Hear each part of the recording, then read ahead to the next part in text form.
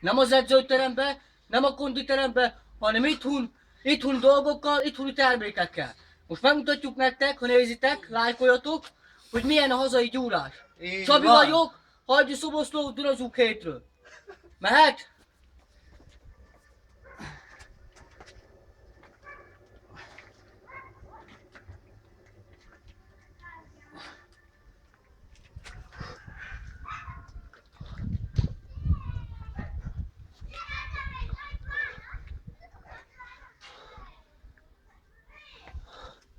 Természetesen.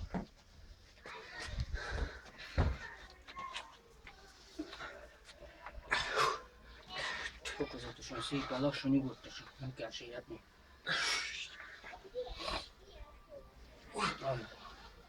Szépen, lassan, fokozatosan. Nem kell sokat. 4-et elég a húzó, csak tisztán legyen.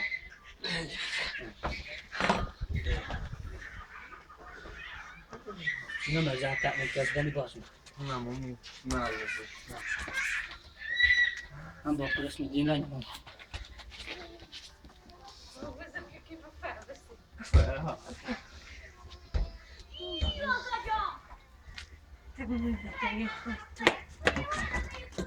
Jó. Úgyis majd elsőbb izével kezdjük. Várjam már. Jó, akkor úgyis elsőbb mellel kezdjük. Lemellezünk szépen lassan, nyugodtan. Utána meg jön a szűlő, a széles, meg a szűk. Na kezded a mellett. Mindent vegyél fel, no, kart, mindent, láb, mindent.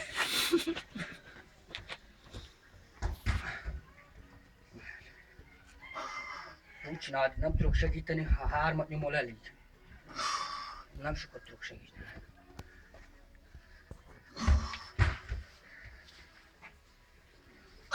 Nyomjál, oké. Ja. Veszi azt is, amit beszélünk, Zsolti. Azt is veszi, amit mondunk. Ha, persze.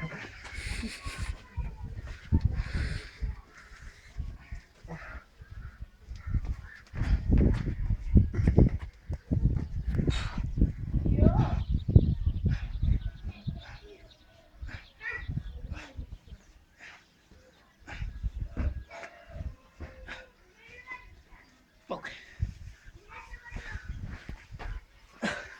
Így kell gyúrni szobosztoljak, mert ha nem szét lesztek csapva. Világos vagyok? Ja.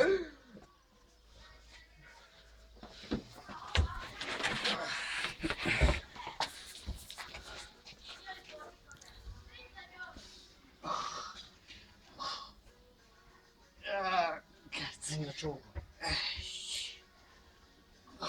Szélesebben kell fogja. Gecem bírom. Azért nem, jó.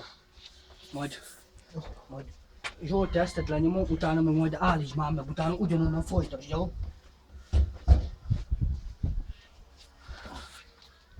Mehet? Aha.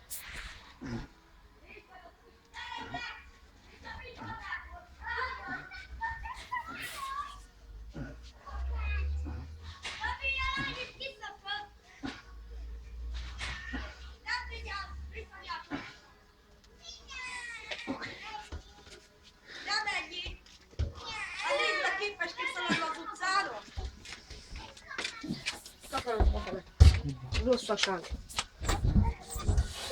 Itt vagy?